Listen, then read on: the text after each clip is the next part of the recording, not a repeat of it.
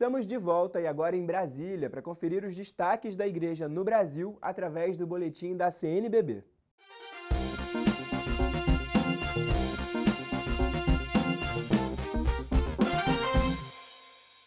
A presidência da CNBB cumpriu uma agenda de audiências anuais com o Papa Francisco e com alguns dicastérios da Cúria Romana entre os dias 4 a 10 de fevereiro. Entre as audiências foram apresentados os avanços da evangelização no Brasil e os projetos da conferência. O secretário-geral da CNBB, Dom Ricardo Reipers, disse que buscaram reforçar que a Igreja no Brasil está em plena comunhão com o Sínodo sobre a Sinodalidade, o Jubileu da Esperança e com as linhas gerais do magistério do Papa Francisco. O Papa recebeu o relatório CNBB 2024 no caminho sinodal rumo ao ano jubilar. A audiência com o Papa ocorreu no dia 6 de fevereiro. A agenda incluiu também visitas à Secretaria de Estado e à Conferência Episcopal Italiana.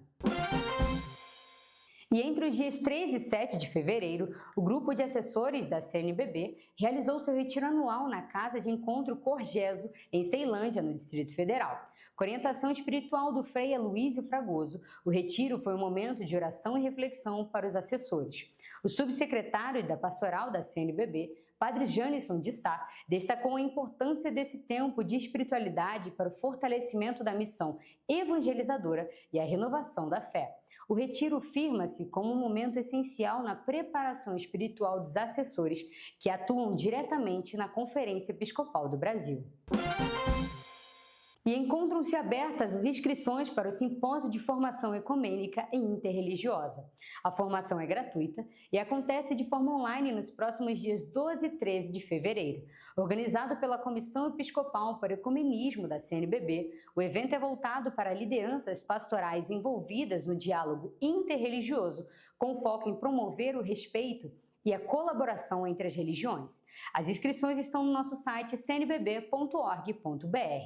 Essas e outras notícias você encontra em nosso portal. Até a próxima!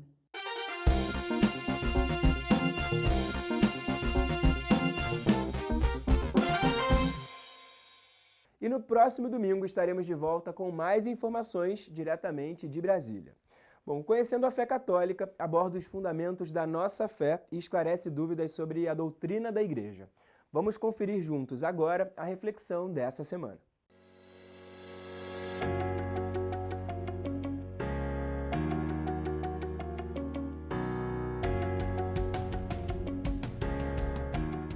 Olá, meus queridos irmãos e amigos do programa Conhecendo a Fé Católica. Vamos iniciar essa nossa meditação do programa Conhecendo a Fé Católica, recordando umas palavras muito claras de nosso Senhor Jesus Cristo no Sermão da Montanha. Vós sois a luz do mundo. Brilhe a vossa luz diante dos homens, para que vejam as vossas boas obras e glorifiquem vosso Pai, que está nos céus. Evangelho segundo São Mateus, capítulo 5, versículos 14 a 16. O que é o testemunho dos pais num lar? Assim como a luz entra pelos olhos, o que os olhos enxergam em plena claridade fala por si. Ou seja, não precisa de muitas palavras para explicar. Assim é o bom exemplo dos pais para os filhos.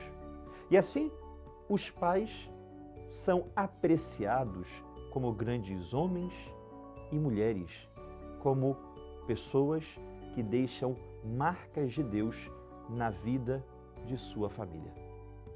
Santo Inácio de Antioquia, bispo mártir do século II, enquanto era conduzido para sofrer o martírio na cidade eterna, em Roma, escreveu aos Efésios: é melhor calar-se e ser do que falar e não ser. É maravilhoso ensinar quando se faz o que se diz. Aquele que compreende verdadeiramente a palavra de Cristo pode entender o seu silêncio, ou seja, os que dizem sem palavras. E também pode perfeitamente agir com palavras de testemunho. Santo Antônio de Pádua, ou de Lisboa, para alguns, também adotava um exemplo muito curioso ao dizer: viva a palavra quando as ações falem, e cessem qualquer discurso para que as obras falem. Estamos saturados de palavras e vazios de obras. Como é importante no testemunho de uma família que os pais, nessa pedagogia, possa chamar a atenção para essa educação do invisível, que é a força exemplar das convicções através das atitudes que nós encarnamos geralmente. A imagem da luz é muito simples, ou seja, a boa luz, ou seja, a luminosidade dos bons exemplos nos permite enxergar o bem, faz com que sejam dissipadas as confusões dentro de uma casa, o perigo das dúvidas são ocultados, porque o testemunho do bem ilumina os jovens, as crianças, mas também os filhos, os netos, com a paisagem das referências corretas.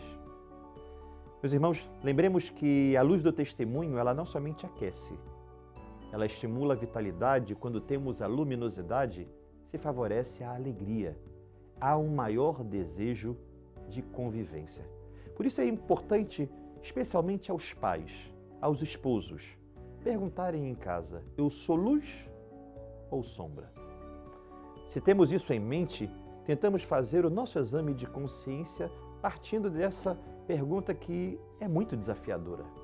Ou seja, é preciso viver a nossa vocação familiar com a disposição de enfrentar a resposta dessa pergunta. Mas também, Cristo nos convida a saber ser sal. Existem pessoas que, tendo uma vida comum, como a de qualquer outra, conseguem ser diferentes porque dão um toque e um sabor muito distinto ao que fazem. E dão esse toque justamente pensando naqueles que convivem e se relacionam com elas. Essas pessoas, elas passam a ser atraentes porque condicionam a sua presença ao amor, à caridade, à serenidade, à lealdade, tudo isso coroado pela fé. Esse é o sabor de um lar cristão. Deixar que a luz do testemunho seja coroada pela fé, porque a fé é o grande sabor da vida de uma família que não está unida por um acaso, mas uma família que se uniu por um projeto de Deus. Deus nos abençoe.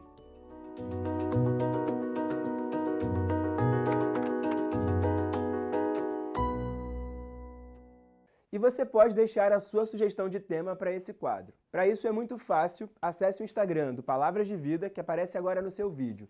É o @palavrasdevida.arquirio. Bom, chegou a hora do quadro de encontro, o espaço dedicado a você, que está aí na sua casa nos assistindo para compartilhar as suas histórias e curiosidades sobre a nossa igreja. Confira agora mais um depoimento emocionante.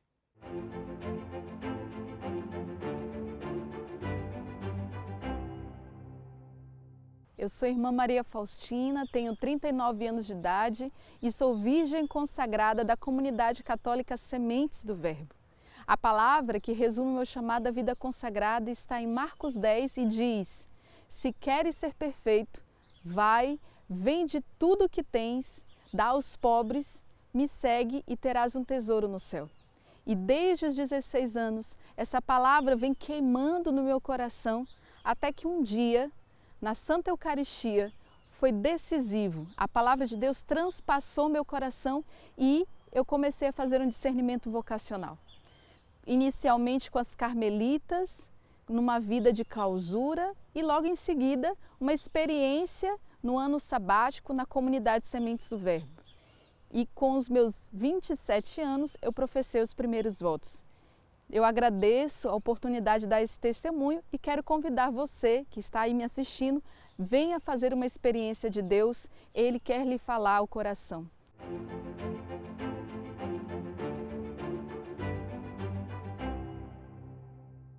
E é hora de trazer as principais notícias da semana no quadro Geral na Rede.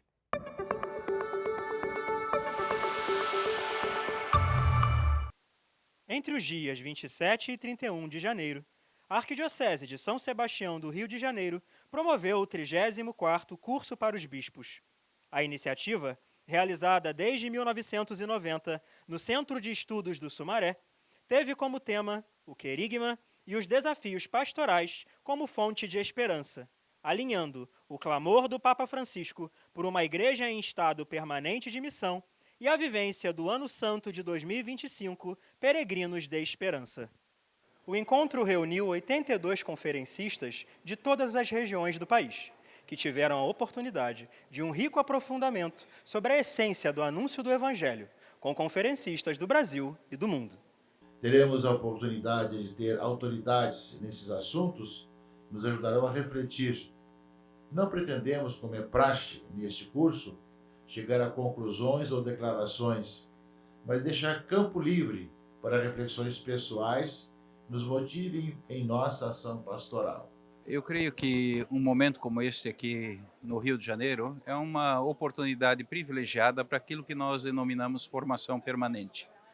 No mundo que se transforma de forma tão rápida, eu creio que nós também precisamos de alguma forma buscar instrumentos e ao mesmo tempo meios para melhor perceber o que está acontecendo e como podemos responder à altura dos desafios do tempo presente. A temática principal do encontro, Querigma, que é o anúncio da mensagem de Jesus Cristo, foi principalmente abordada nas duas conferências ministradas pelo cardeal Victor Fernandes, prefeito do Dicastério para a Doutrina da Fé. Em suas intervenções, Dom Victor retomou a importância da exortação apostólica Evangelii Gaudium, do Papa Francisco, sobre o anúncio do Evangelho no mundo atual, que propõe a urgência de uma evangelização focada na centralidade da mensagem salvífica. O primeiro elemento do anúncio é o amor de Deus. Isto significa que tudo aquilo que dizemos e fazemos deve provocar a convicção e a experiência do encontro com um Deus que ama, e assim descobrir-se amado, reconhecer-se amado. Em consequência, devem-se evitar os modos de expressão que não ajudam a viver a experiência de ser amado por Deus. Provocados pelo cardeal Victor Fernandes, os bispos tiveram um momento para partilhar em grupo suas preocupações e desafios no anúncio do Evangelho em cada uma das culturas e realidades em que estão imersos no Brasil. Para eles, a experiência do Ano Santo da Esperança chega como um impulso fundamental para a evangelização no dia a dia. Como nós estamos no Ano Santo, o Ano da Esperança, diante daquilo que nós temos que fazer, porque o querigma tem que ser no nosso dia a dia, não pode ser uma vez a cada ano ou uma vez por mês, mas é diário. Então, uma vez que nós somos convocados a anunciar esse querigma no nosso dia a dia, enfatizando sempre como nós devemos ser também discípulos ou apóstolos, como testemunhas dessa esperança, o Ano Santo nos ajuda, dizendo que o Cristo é o fundamento da nossa esperança, Ele é a nossa esperança. Então, nós não devemos cessar de anunciar o que está dentro do nosso coração, que é o Cristo. O encontro também contou com a participação por videoconferência de Dom Rino Fisichella, pró-prefeito do Dicastério para a Evangelização. Em duas intervenções, Dom Rino falou sobre os atuais desafios para a evangelização e sobre o jubileu de 2025, que está sendo organizado pelo seu dicastério. O curso refletiu ainda temas como os 1700 anos do Concílio de Nicéia, com o padre André Luiz Rodrigues da Silva, professor da PUC-Rio, Cristianismo e Sociedade Atual, com o padre Mário de França Miranda, professor emérito da PUC-Rio, e a Igreja no contexto cultural canadense, que teve a participação de Dom Richard Smith, arcebispo de Edmonton, no Canadá. Um dos temas que provocou a reflexão dos bispos foi a apresentação da série histórica dos dados sobre religião no censo demográfico, apresentada pelo professor Felipe Feijó, coordenador de área do Instituto Brasileiro de Geografia e Estatística, o IBGE. A gente se alegra pela beleza da tradição religiosa vivenciada nas nossas comunidades, no nosso povo, né? Que tem uma identidade profundamente católica. Acho que esse é um primeiro elemento a ser acentuado. É claro que nós vivemos tempos acelerados de mudanças culturais, econômicas, políticas, sociais, e que isso afeta, evidentemente, a vivência da fé cristã, a experiência da Igreja Católica. O curso também tem a tradição de proporcionar aos bispos momentos de lazer e cultura. Este ano, eles foram à cidade do samba, no bairro da Gamboa, onde tiveram a oportunidade de conhecer o trabalho nos bastidores do Carnaval Carioca e as iniciativas sociais, realizadas pelas agremiações durante todo o ano. Eu fiquei impressionado, porque a gente conhece o Carnaval do Rio, também de São Paulo, mas do Rio, da televisão. Agora aqui a gente vê um povo, sabe, aquelas pessoas que têm um coração bom. É também muito aprazível estar aqui, porque também descansamos. E um momento de fraternidade, de encontro com os bispos mais experientes e com os bispos mais jovens. E sempre tratando de temas atuais para a nossa igreja, que nos ajuda no trabalho pastoral. Houve unanimidade na avaliação da proposta, da escolha de assessores, do ambiente, a organização global, os horários, momentos de oração, momentos de convivência, enfim. Pelo que ouvimos dos bispos, eles saem daqui contentes e vários manifestando o desejo de voltar para o próximo. O 34º Curso para os Bispos promoveu momentos de estudo e reflexão, facilitou o convívio fraterno dos bispos brasileiros e a troca de experiências e culturas. Um tempo de descanso, para renovarem o ânimo e retornarem para suas dioceses reavivados para a missão evangelizadora. Para mais informações, acesse arquerio.org.br.